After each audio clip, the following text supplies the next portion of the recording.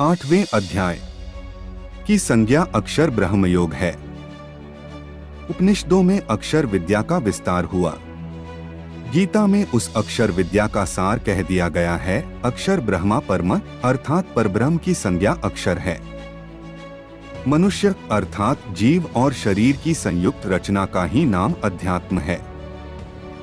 जीव संयुक्त भौतिक देह की संज्ञा अक्षर है और केवल शक्ति तत्व की संज्ञा अधिदैवक है। देह के भीतर जीव, ईश्वर तथा भूत ये तीन शक्तियां मिलकर जिस प्रकार कार्य करती हैं, उसे अधियज्ञ कहते हैं।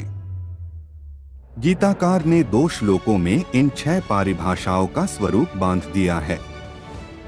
गीता के शब्दों में एकाक्षर ब्रह्मा है। 9वें अध्याय को राजगुह्य योग कहा गया है, अर्थात यह अध्यात्म विद्या विद्यारागी है और यह गुह्य ज्ञान सब में श्रेष्ठ है। राजा शब्द का एक अर्थ मन भी था। अतएव मन की दिव्य शक्तियों को किस प्रकार ब्रह्ममय बनाया जाए, इसकी युक्ति ही राजविद्या है। इस क्षेत्र में ब्रह्म तत्व का निरूपण ही प्रधान है। उसी से व्यक्त जगत का बारंबार निर्माण होता है।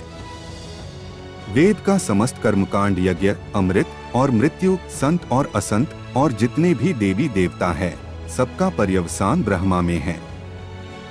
लोक में जो अनेक प्रकार की देव पूजा प्रचलित है, वह भी अपने अपने स्थान में ठीक है। समन्वय की यह दृष्टि भागवत आचार्यों को मान्य थी। वस्तुत यह उनकी बड़ी शक्ति थी। इसी दृष्टिकोण का विचार या व्याख्या 10वें अध्याय में पाई जाती है।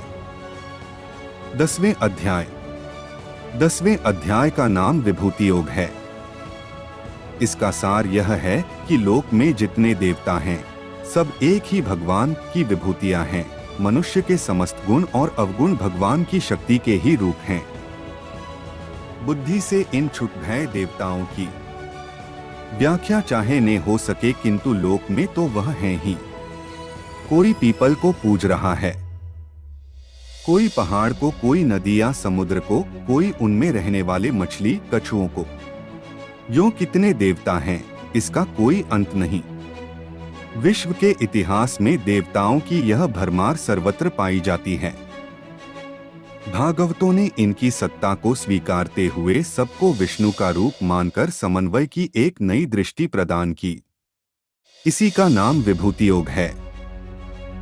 जो सत्वजीव बलयुक्त अथवा चमत्कार युक्त है, वह सब भगवान का रूप है। इतना मान लेने से चित्त निर्विरोध स्थिति में पहुंच जाता है।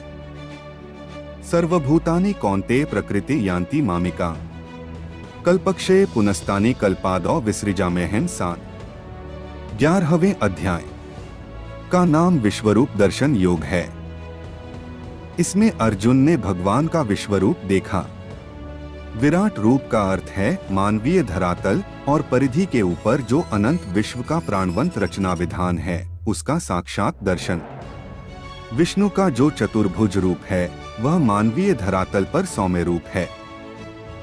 जब अर्जुन ने भगवान का विराट रूप देखा, तो उसके मस्तक का विस्फोटन होने लगा।